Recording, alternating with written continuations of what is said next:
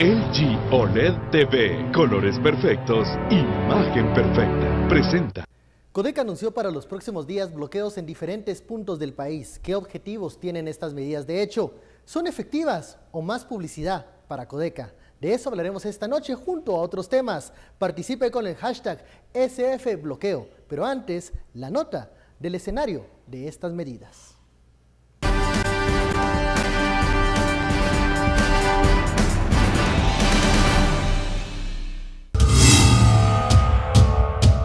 En conferencia de prensa, los representantes de Codeca informaron que todo está planificado para bloquear diferentes puntos del país a las 6 de la mañana. Llevar a cabo 2 días de paro nacional, la fecha el 12 y el 13 de este mes, miércoles y jueves.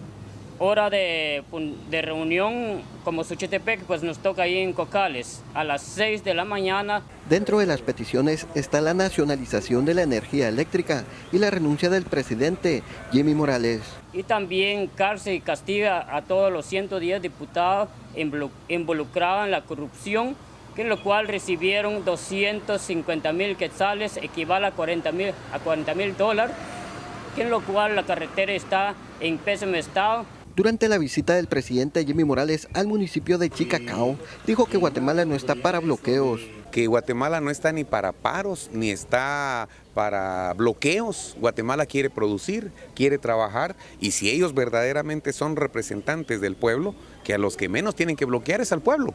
Y con respecto de estar pidiendo renuncias, que se pongan a trabajar y que trabajemos todos. LG OLED TV, colores perfectos, imagen perfecta, presentó. SFBloqueo, ya lo escuchó usted. Codeca anuncia este martes que bueno, no va a ser un día, van a ser 2, en donde van a bloquear carreteras, 22 puntos específicamente, según la información que ha dado esta organización, porque exigen, entre otras cosas, la renuncia del presidente Jimmy Morales, que se vayan los diputados señalados de corruptos, y también hacen algunos señalamientos en contra de jueces y magistrados. Esas son las peticiones de Codeca, no son nuevas, pero que busca ahora el Comité de Desarrollo Campesino. De eso hablaremos. Usted puede participar con la etiqueta SFBloqueo. Damos la bienvenida a nuestros analistas, Philip Chicola y Estuardo Zapeta. Muy buenas noches. Buenas noches. No es la primera vez que hablamos de Codeca y no es la primera vez que hablamos también de los objetivos que persigue esta organización al anunciar estos bloqueos. Tenemos que hacer una retrospectiva. ¿Qué buscan ahora de nuevo? Las peticiones son similares a las que han presentado en otras ocasiones. ¿Y por qué estos bloqueos nunca son interrumpidos digamos, intervenidos por las fuerzas de seguridad? Comenzamos con el tema, Philip. Bueno, yo quisiera entrar al segundo. Vamos al segundo. En aras de la transparencia, cuando andábamos decidiendo el tema en la tarde, yo les dije a la muchacha, qué aburrido. Otro bloqueo de Codeca. Otro bloqueo de Codeca. O sea, y lo que pasa es que ya se volvió la cantaleta del nunca acabar, porque siempre es que renuncia del presidente, que nacionalización de la energía eléctrica. Ahora subieron el número de diputados a 110. Pero miren, el punto, y es el que siempre hacemos. 1. La gran mayoría de las demandas de Codeca son inviables. O sea, Guatemala no va a echar para atrás 30 años de política energética de la noche a la mañana. Segundo, en medio de todo, ha habido una mayor eficiencia del mercado energético, comparado con lo que teníamos en el principio de los 90. Lo que hay hoy, hemos avanzado.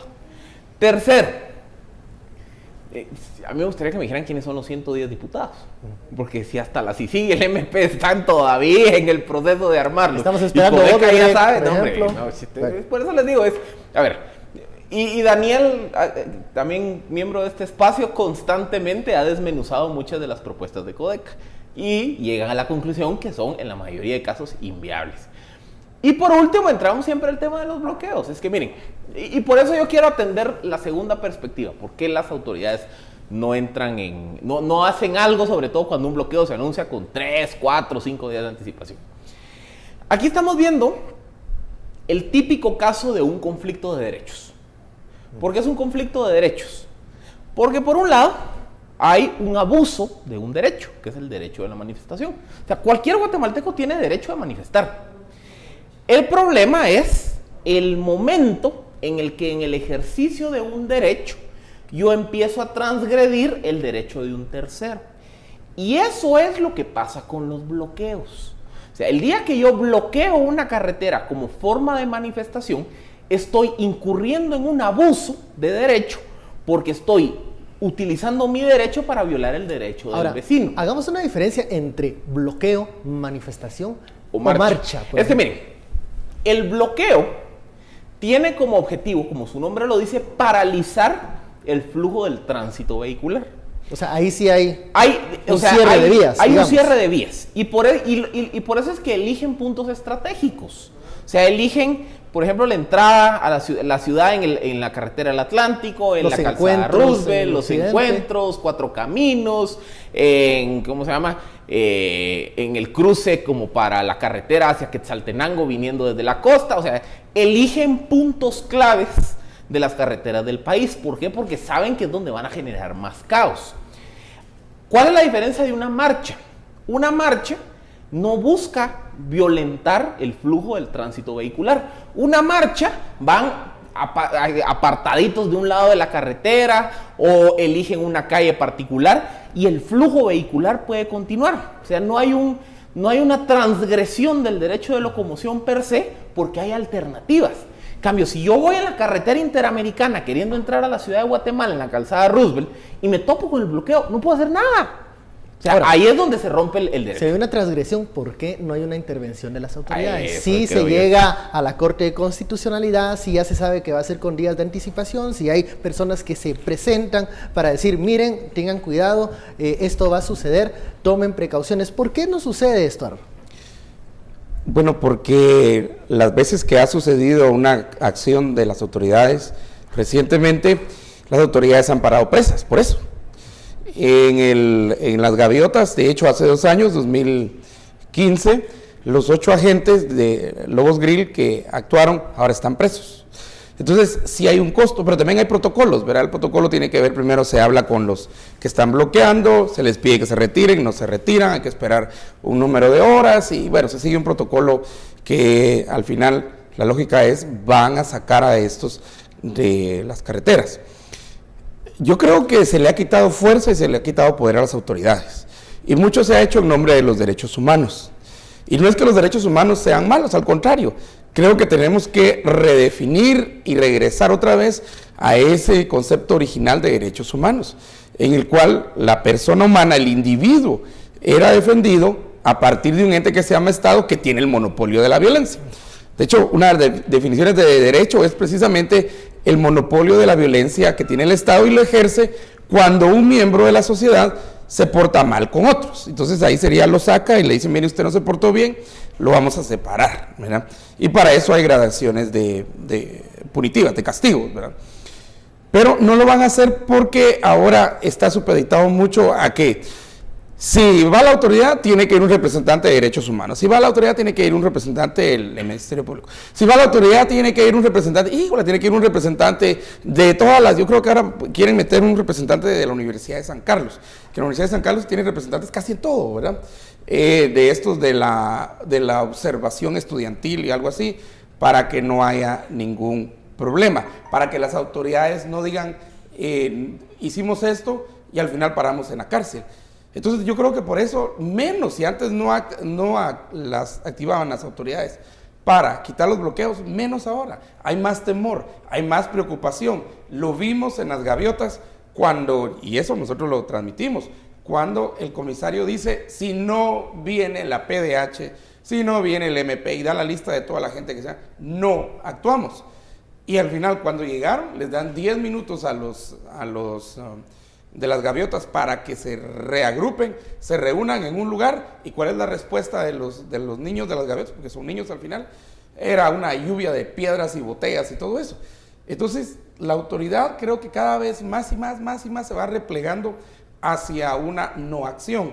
Pero una no acción que tiene su base a partir de qué es lo que está pasando con 8 policías que están presos por lo de las gaviotas en 2015, pero también porque ahora la autoridad tiene que actuar con mucho temor y al mismo tiempo acompañado de una serie de grupos que en cierto momento no van a poder actuar. Y ahí el de las gaviotas, que es el caso que la semana pasada pues estuvimos discutiendo aquí.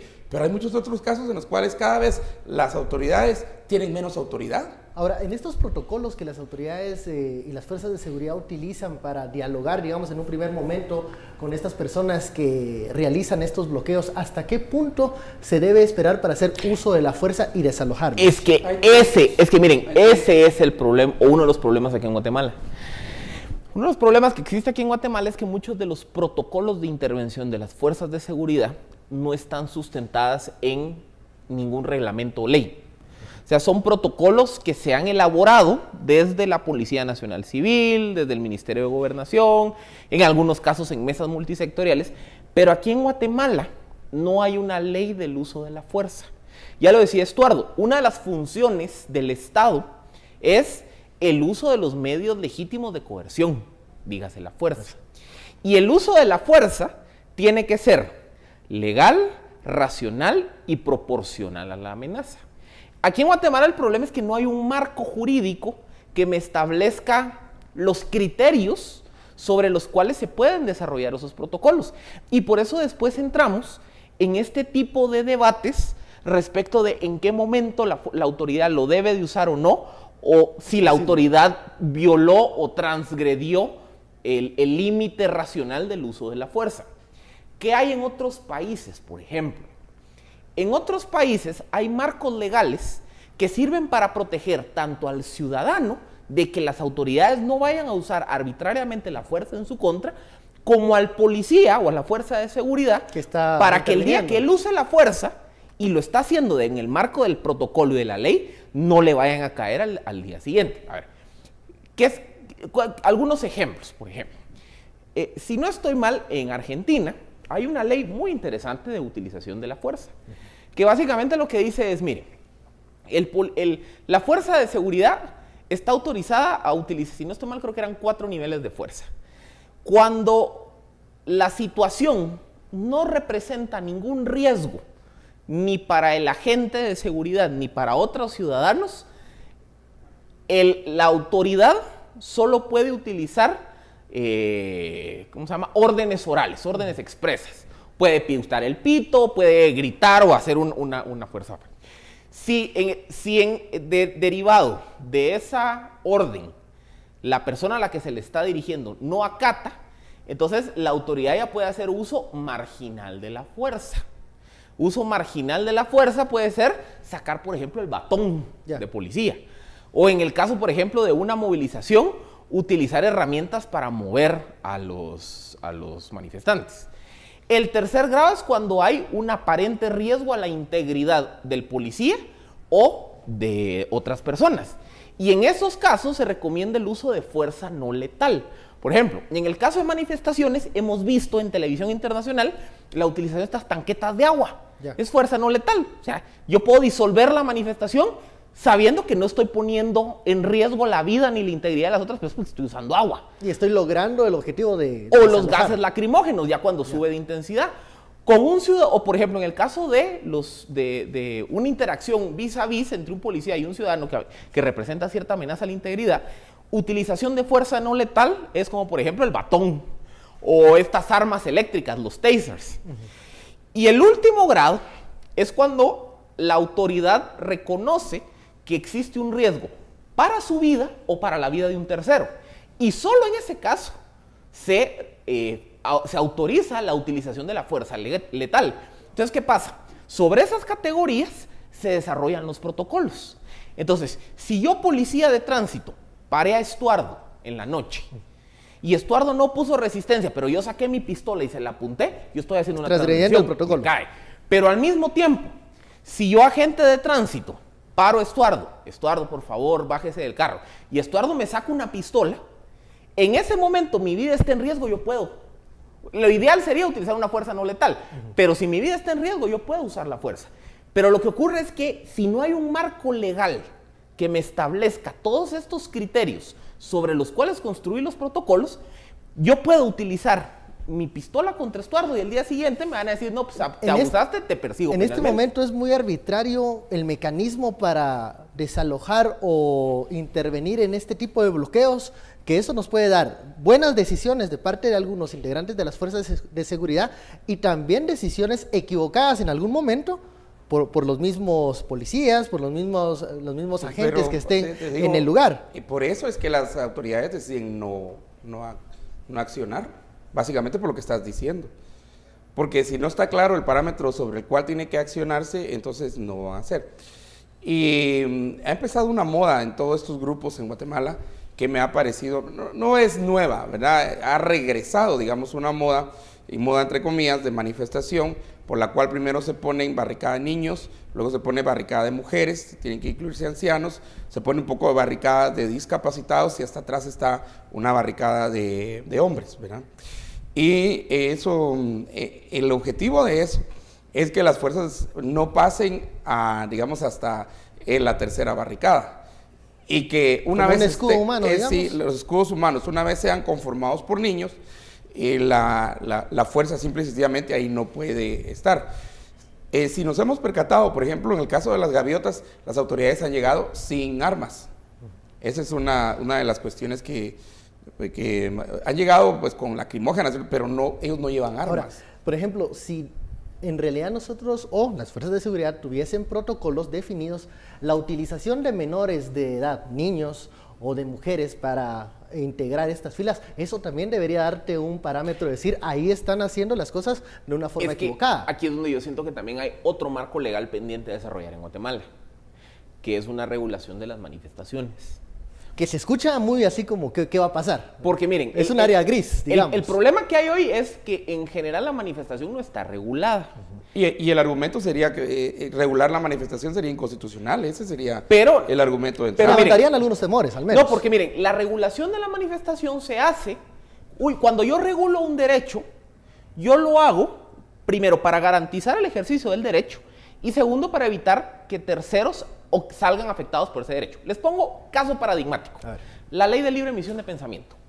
Esa es una ley que viene y regula el derecho de todos los guatemaltecos para ejercer la libertad de emisión de pensamiento, para decir lo que querramos. Pero en el marco de esa misma ley dice que si vengo yo y le digo Estuardo, sos un tal por cual, y es mentira, a mí me pueden acusar de difamación y de calumnia. Un tribunal O sea, hay un- Si yo te demando. Si Estuardo me demanda, es decir, hay todo un marco regulatorio que me dice, el día que yo abuso de mi derecho de libre emisión de pensamiento y atento en este caso contra el derecho a la integridad moral de Estuardo por mis declaraciones, Estuardo me puede demandar. Tiene el derecho a hacerlo. Y hay un mecanismo para repararlo. La misma lógica creo que debiera de aplicar en el tema de la manifestación. Una manifestación primero es un derecho constitucional y qué bueno que se establezca un marco que lo garantice. Pero al mismo tiempo también que en el marco de esa regulación evitar que el derecho de manifestación sirva para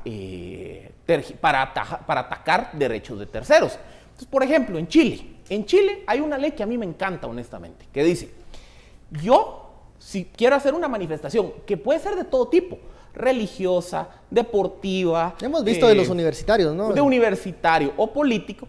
Si yo quiero hacer una manifestación, yo voy con la autoridad competente, le digo, mire autoridad, yo el día de mañana voy a hacer una manifestación en estas calles. Y la autoridad competente tiene la facultad de decirme, mire, perdón, pero yo le pido que no utilice la avenida La Reforma, por ejemplo, porque si utiliza la avenida La Reforma provoca un caos logístico. Utilice mejor la séptima. O sea, la autoridad me garantiza mi derecho de manifestar, pero la autoridad tiene la facultad de decir, mire, porque su manifestación va a ser tan caótica para el ejercicio del resto de derechos de los ciudadanos, mejor movámosla a una cuadra o hagamos esta medida. O sea, en el caso del bloqueo no se puede hacer eso. Claro, no. O sea, y por ejemplo, la ley en Chile prohíbe bloqueos. La ley en Chile lo que dice es, yo tengo el derecho a manifestar y puedo usar la vía pública. Pero en el bloqueo es pero la no puedo paralización. bloquear. Y la autoridad me puede decir, no uses esta calle, usa esta otra mejor. Bueno, vamos a la primera pausa de la noche, la etiqueta SF, bloqueo. Regresamos, seguimos hablando de las manifestaciones. Volvemos.